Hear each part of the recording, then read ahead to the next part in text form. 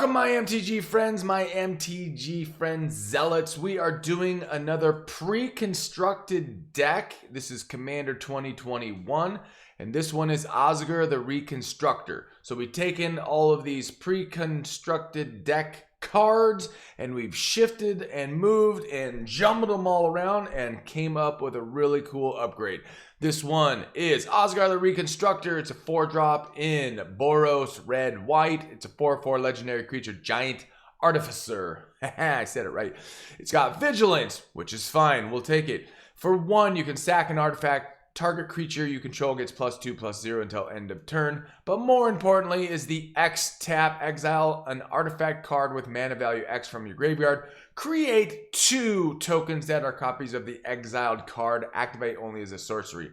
Alright, so all about artifacts, artifact creatures, artifact shenanigans. Let's jump into the different categories. We got artifact support, ramp, reanimate, removal. Got a little combo piece in here that if you've seen some of our other Commander deck techs, you've probably seen this combo. We got the shenanigans section, the tutor, the draw, the land control, and protection. So let's jump into the artifact support. Now we're running roughly 31 creatures, I believe. Let's check this out. Yep, 31 creatures. We're going 34 lands. You know, typically you want to have somewhere between 33 and 35. And then artifacts, we're real heavy in artifacts, as you can see why. So let's start in, and this one was actually in the precon. I wavered back and forth on the fence about whether to include this because I do not like that it's a 5-drop, but I do like what it does. So Alibou, Ancient Witness, and if I am correct, which I am, yep, this is a first time of this card. Let's bring that back up. All right, other artifact creatures you control have haste. We'll take it. Again, I don't like that it's a 5-drop, but it is a 4/5, and it does have the haste mechanic for our other artifact creatures. Whenever one or more artifact creatures you control attack, Alibou, whatever. Ancient Witness deals X damage to any target and you scry X, where X is the number of tapped artifacts you control. So it's solid. I like it. I would have preferred to see it as a 4-drop. Then it would have been super hardcore. But hey, whatever. Arcbound Ravager. It's a 2-drop. Sacrifice an artifact. Put a 1/1 counter on Arcbound Ravager, and it's modular, which just means enters the battlefield with a 1/1 counter on it. When it dies, you may put a 1/1 counter on target artifact creature. That is a pretty cool one, and it's in a bunch of sets. Wow, I am just bouncing all over the place with this clicky clickerson. All right, move on to one of my very favorite cards of all time, Blightsteel Colossus. Yes, it's a 12-drop. It's an 11/11 trample, infect, indestructible. You get this with haste and it's game over for somebody, at least one of your opponents, if you can get them through. Because it's got infect, it's an 11/11, so it's a OTK 1-turn kill situation. Blightsteel Colossus, I love this card. Yes, it is spendy, but it is an end of game kind of situation. All right, we got Darksteel Forge. It's a 9-drop. Artifacts you control have indestructible. That's right. Again, kind of spendy with a 9-drop. Duplicant, 6-drop imprint. When Duplicant enters the battlefield, you may exile target non-token creature. As long as a card exiled with Duplicant is a creature card, Duplicant has the power, toughness, and creature types of the last creature card exiled with Duplicant. It's still a shapeshifter. Love it. Nice removal and put something beefy onto your playfield. Ethersworn Canonist. It's a 2-drop 2/2. Each player who has cast a non-artifact spell this turn can't cast additional non-artifact spells. So it's got nice little control segment to the mechanics. Plus it's just a nice 2/2 drop. Goblin Engineer 2-drop, Goblin Artificer. When Goblin Engineer enters the battlefield, you may search your library for an artifact card, put it into your graveyard, then shuffle your library. And then even better, for red tap, sacrifice an artifact, return target artifact card with converted mana cost 3 or less from your graveyard to the battlefield. This is super, super helpful. Goblin Welder. 1-drop, 1/1. Love them goblin shenanigans. You tap, choose target artifact a player controls and target artifact card in that player's graveyard. If both targets are still legal at this as this ability resolves, that player simultaneously sacrifices the artifact and returns the artifact card to the battlefield. So this is very, very helpful on your end of things. But in a pinch, if you need to, you can use it for spot removal of your opponent as well. Oh, Hellkite Tyrant. What a fabulous, fabuloso card. It is just beefy, and everything about it is just nasty. It's a 6-drop, 6/5 dragon flying trampler. Whenever Hellkite Tyrant deals combat damage to a player, gain control of all artifacts that player controls. At the beginning of your upkeep, if you control 20 or more artifacts, you win the game. So it's got that alt win con. And since we are super artifact heavy, including lands, which we'll get to in a moment, this thing really has the potential to fire off. Boom, shalakalak to the moon. All right, Kuldotha Forge Master, 5-drop, 3/5 construct. You tap it, sacrifice 3 artifacts, search your library for an artifact card, and put it on the battlefield. Then shuffle your library. Boom. Love it. Boom. All right, Leonin Abunas. Ooh, that's hard to say. 4-drop artifacts you control have hexproof. I mean, hey, we'll take it. That's great. I love it. Mirror Retriever, 2-drop. Whenever Mirror Retriever dies, return another target artifact card from your graveyard to your hand. Mystic Forge, this lets us top deck. You may look at the top card of your library anytime. You may cast the top card of your library if it's an artifact card or a colorless non-land card. Pay 1 life, exile the top card of your library. So we really don't care all that much about the tap mechanic, but this is really nice to get through our deck and really start getting shenanigans going. Shenanigans! Scrap Mastery, 5-drop. I do not like that it costs 5, but we included it because it's awesome. Each player exiles all artifact cards from the graveyard, then sacrifices all artifacts they control, then puts all cards they exiled this way onto the battlefield. So this is really going to help, especially if you've had mass removal from the other side and they didn't exile all of it. That would be fabuloso. Sculpting Steel, 3-drop. You may have Sculpting Steel enter the battlefield as a copy of any artifact on the battlefield, including mana rocks. That's right, buddy. All right, Steel Overseer. This is going to really start buffing up our playfield. Put a 1/1 counter on each artifact creature you control. Uggin's Nexus. This one is super fun against opponents, especially ones that are trying to take extra turns. If a player would begin an extra turn, that player skips that turn instead. If Uggin's Nexus would be put into a graveyard from the battlefield instead, exile it and take an extra turn after this one. So with all that mass removal, this thing is going to give you an extra turn, which is super bueno. And happens more often than you think. You have mass removal, especially if you're playing against 3 other opponents. All right, next up is Ancient Den. We're into land. So like I was saying, we have some land that's also artifacts that help us push up the artifact count, which is relevant for some of the cards we have.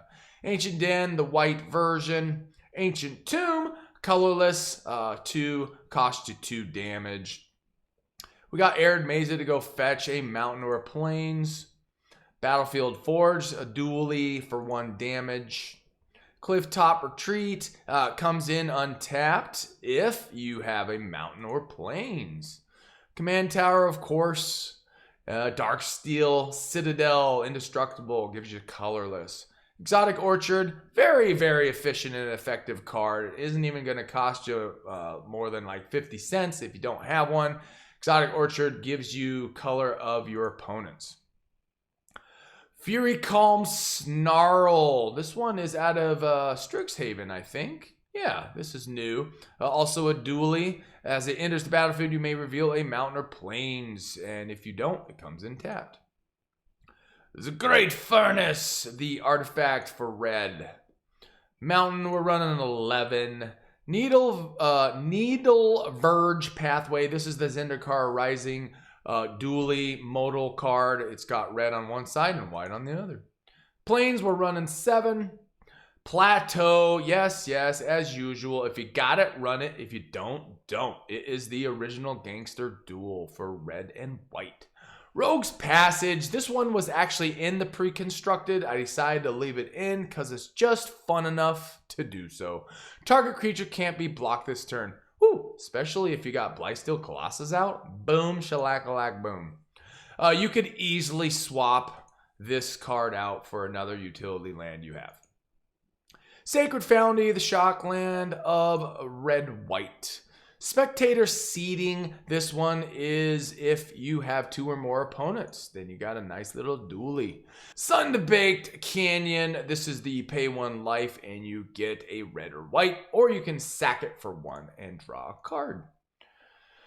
Alright, Arcane Signet. We are into ramp now, folks. Arcane Signet, add 1 mana of any color of your commander's identity.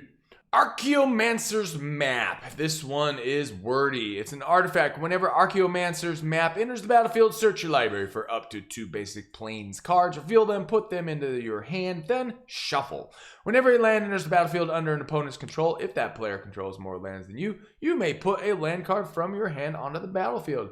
So we can keep up with some of those green decks for surezies. All right, next up, Burnished Hart. This was also in there, so we left it in because it's a decent card. It's a 3-drop 2/2. For 3, you sack it and search your library for up to 2 basic land cards. Put them onto the battlefield tap, then shuffle. Dockside Extortionist, one of my favorite ramp cards in red. Whenever Dockside Extortion enters the battlefield, create X treasure tokens, where X is the number of artifacts and enchantments your opponent controls. I love this card, and it's out of Commander 2019. I have one of these uncracked in its original box for Commander 2019. I just can't get myself to open it up. Oh well. Goldspan Dragon, this, as of this recording, is in standard and is all over the meta. It is strong. Goldspan Dragon, 5-drop, 4/4, flying haste. Whenever Goldspan Dragon attacks or becomes the target of a spell, create a treasure token. Treasures you control have tap, sacrifice this artifact, add 2 mana of any 1 color. Now, keep in mind, if you aren't super familiar with this card, this has to be on the playfield for your tokens to crack for 2 instead of 1. But hey, it creates the tokens that you can use later anyway, so that's pretty bonalicious. Did I just make that up? Yeah, I'm pretty sure I did. Jessica's Will for 3. Choose 1. If you control a commander as you cast a spell, you may choose both. Add red for each card in target's opponent's hand, or exile the top 3 cards of your library. You may play them this turn. It's very versatile and very awesome.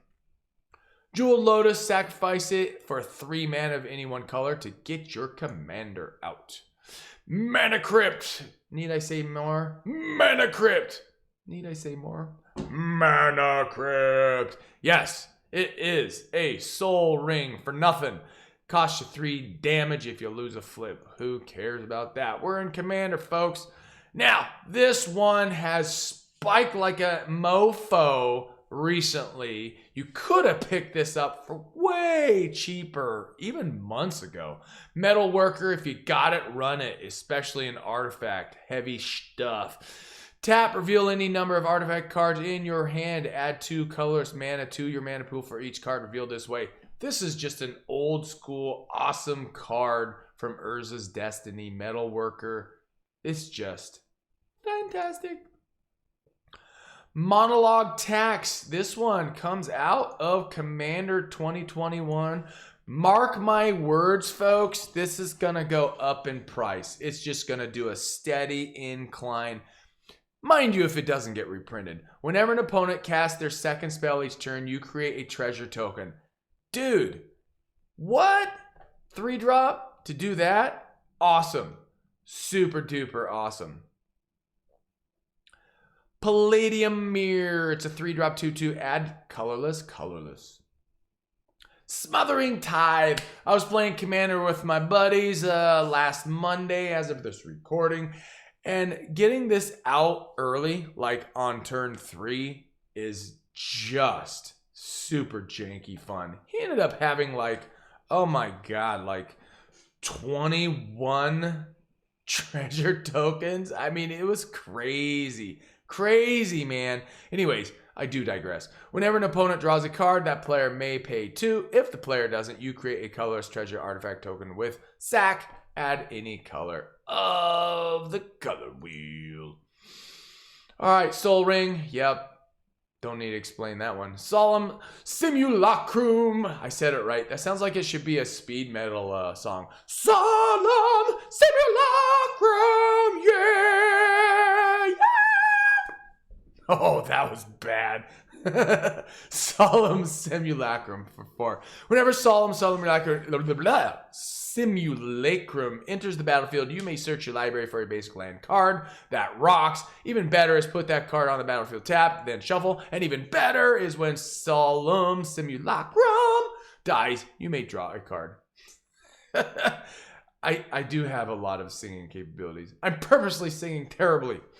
All right, Howling Mine, yes. You're thinking, what? That means our opponents get a draw? No way, man. However, we are in red and white, so we don't have a lot of draw mechanics. So that is why we're running this, because red is notorious for running out of steam. Well, we're going to keep this party going with Howling Mine, and really, frankly, we don't care all that much that our opponents are getting another card as well. At the beginning of each player's draw step, if Howling Mine is untapped, that player draws an additional card. Boom. Plus, if we need, we can sack it with some of our sack mechanics that does cool stuff. All right, moving on. Low Shield Clockwork Scholar. It's a 3-drop 2/4. It was from Commander 2021. I was on the fence for this one, but as I put this deck together, upgrading it, I decided, yeah, leave this bad boy in. Prevent all combat damage that would be dealt to attacking artifact creatures you control. Whenever one or more artifact creatures enter the battlefield under your control, draw a card. This ability triggers only once each turn. So, yeah, extra draw? Yeah. For 3? Yes. Yes, indeed. We will keep said card. Oh, and we're in draw. So, Wheel of Misfortune. It's a 3-drop. Each player secretly chooses a number 0 or greater. Then all players reveal those numbers simultaneously and determine the highest and lowest numbers revealed this way. Wheel of Misfortune deals damage equal to the highest number of each player who chooses that number. Each player who didn't choose the lowest number discards their hand, then draws 7 cards. Now, I purposely didn't put Wheel of Fortune in here. You could absolutely put that one in here. It's just a lot of people don't have that card, and it's in the hundreds of dollars. It is just crazy. I actually don't have a Wheel of Fortune. One of these days when the price goes down a little bit, I will add Wheel of Fortune. But in the meantime, I've decided to put something more realistic like Wheel of Misfortune. All right. Deflecting Swat. If you control a commander, you may cast this spell without paying its mana cost. You may choose new targets for target spell or ability. So, really goes without saying what this card does, and it's janky, and it's fun, and it's in our control section. All right, we got Drannith. So, Drannith is just super fun, super funny, especially the janky stuff it does in Commander. As you may already know, this means that your opponents can't actually play their commander because your opponents can't cast spells from anywhere other than their hands. Boom. Boom. Mic drop. Boom. Grand Abolisher, 2-drop. During your turn, your opponents can't cast spells or activate abilities of artifacts, creatures, or enchantments. Treasure Nabber. This is so funny. Whenever an opponent taps an artifact for mana, gain control of that artifact until end of the next turn. So you gotta grab some mana rock action. Sevin's Reclamation for 3. Return target permanent card with converted mana cost 3 or less from your graveyard to the battlefield. If this spell was cast from a graveyard, you may copy the spell and may choose a new target from the copy. Or target for the copy. Woo, tongue twisted there. I'm going to leave that in. Not even going to edit that bad boy out. Sun Titan, it is a 6-drop. I do not like that it costs 6, but I do like what it does. Vigilance, whenever Sun Titan enters battlefield or attacks, you may return target permanent card with mana value 3 or less from your graveyard to the battlefield. Alright, here's our combo. Love this combo. If you've seen our other episodes, you have probably noticed this combo. Heliod, Sun Crown for 3, indestructible as long as your devotion to white is less than 5. Heliod isn't a creature. Yeah, whatever. Whenever you gain life, put a 1/1 counter on target creature or enchantment you control. And for 2, and that's the key here, another target creature gains lifelink until end of turn. And we combo this up with, yes, Walking Ballista. So, the combo here is Walking Ballista enters the battlefield with X 1/1 counters on it. For 4, put a 1/1 counter on Walking Ballista. Here's the combo. Remove a 1/1 counter from Walking Ballista. It deals 1 damage to any target. So for 2 mana with Heliod, you give Walking Ballista lifelink. So when it pings for 1 damage, it gets a +1/+1 counter. It goes infinite, so you can ping everyone to death. Yeah. Scoop, and next game. Alright, we're into the tutors. Not too many. Search your library for an artifact or enchantment card and reveal that card to all players. Shuffle your library and put that on top of it. So this is how we can go fetch an artifact in this artifact-heavy deck. Gamble! Yep, the tutor for red. Search your library for a card, put that card into your hand, then discard a card at random. So, for 1, we're going to risk it that we get to keep the one we tutored.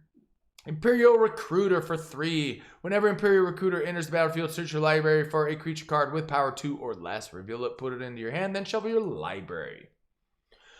Alright, Protection. Also one of these cards I was on the fence, but since it was in the pre-constructed, I decided to leave it in because it does have some good versatile mechanics.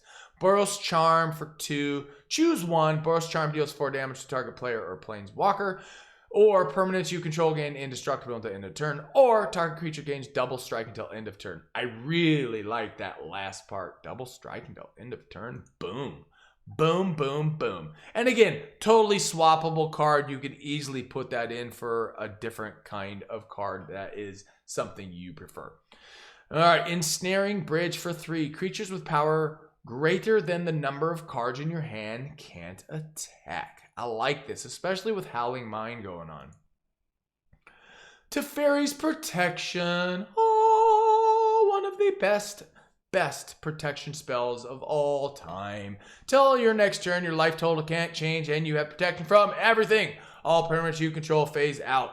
So, nothing can be targeted. They phase out. They come back in at the untapped step. I mean, it's just, this card is crazy. Crazy. Austere Command.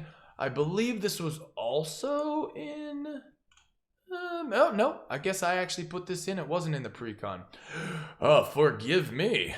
Choose 2. Destroy all artifacts. Destroy all enchantments. Destroy all creatures with convert mana cost 3 or less. Destroy all creatures with convert cost 4 or greater. Just very versatile. Very versatile. Oh, and we're in removal. Blasphemous Act. 8+ red. Spell costs 1 less for each creature on the battlefield. Blasphemous Act deals 13 damage to each creature. Boom. This gets better and better the more creatures that end up on the battlefield. And notice that's on the battlefield, all battlefields, not just yours. Chaos Warp for 3. The owner of target permanent shuffles it into his or her library, then reveals the top card of his or her library. If it's a permanent card, he or she puts it on the battlefield. So you're hoping that they top deck a land and haha, hee, groovy. Alright, dude, this one is so awesome, man. Darksteel Mutation. Enchanted creature is an insect artifact creature. Notice artifact.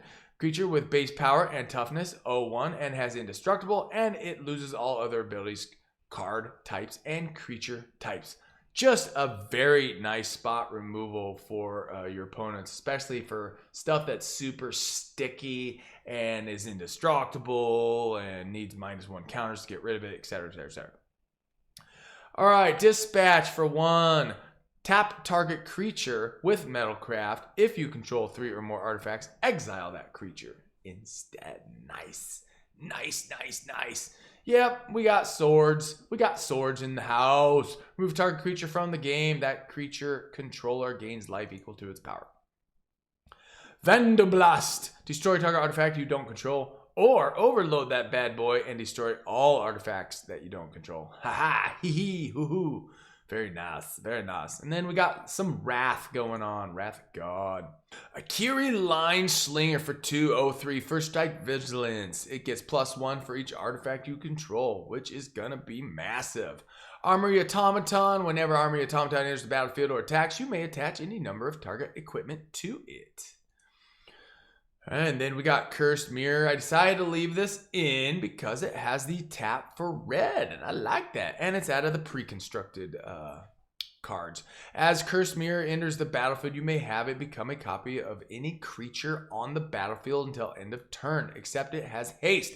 So you could actually turn into something really beefy and nasty, and then it becomes a mana source. Dude, that is really cool. I like that card.